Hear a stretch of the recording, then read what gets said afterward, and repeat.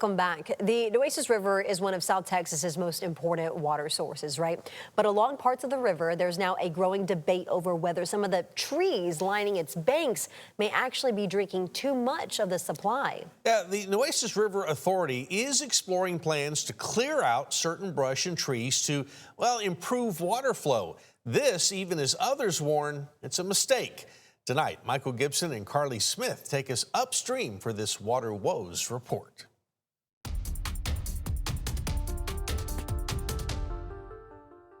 Wow, this water straight from the Nueces River is very clear. Let's try something. Hey, Gibby! Yeah? Which one do you think came from the river? The one in your left hand. Yeah. How'd you know? It looks just a hair bit cloudier. Just a hair bit.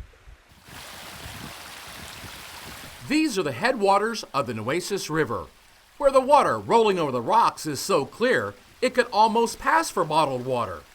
We're about 50 miles north of Uvalde, just southeast of Rock Springs, where the Nueces River Authority is looking at ways to keep more water flowing downstream instead of soaking into thirsty brush and trees along its banks. An 1.25 inch mesquite tree can transpire approximately 130 gallons a day.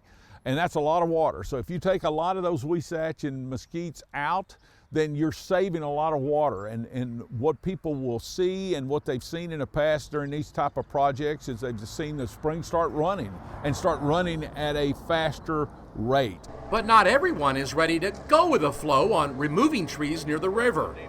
Dr. Ambrose Honoru, a professor of agriculture at Texas A&M Kingsville, says while trees may sip up a lot of water, they also provide critical shade that helps slow evaporation during South Texas heat waves.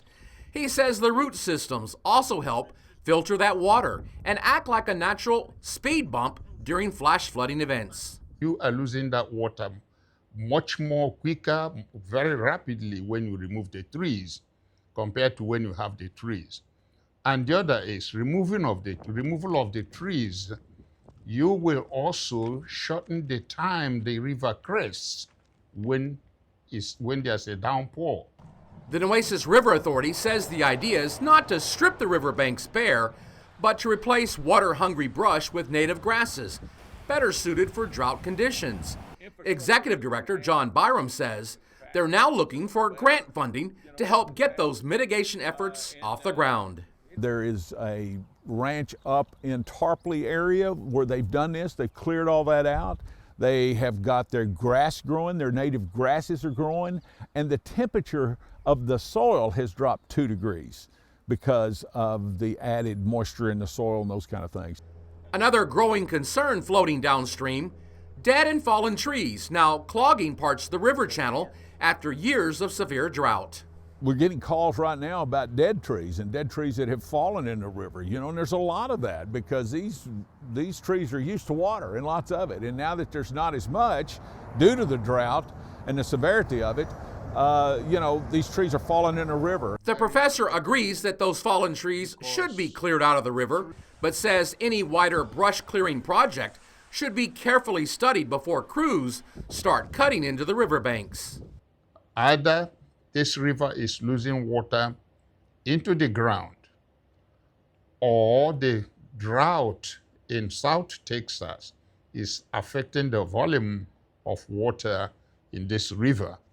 And he says figuring out exactly where the water is going before making major changes along the river could help prevent South Texas from wading into even deeper water problems later on.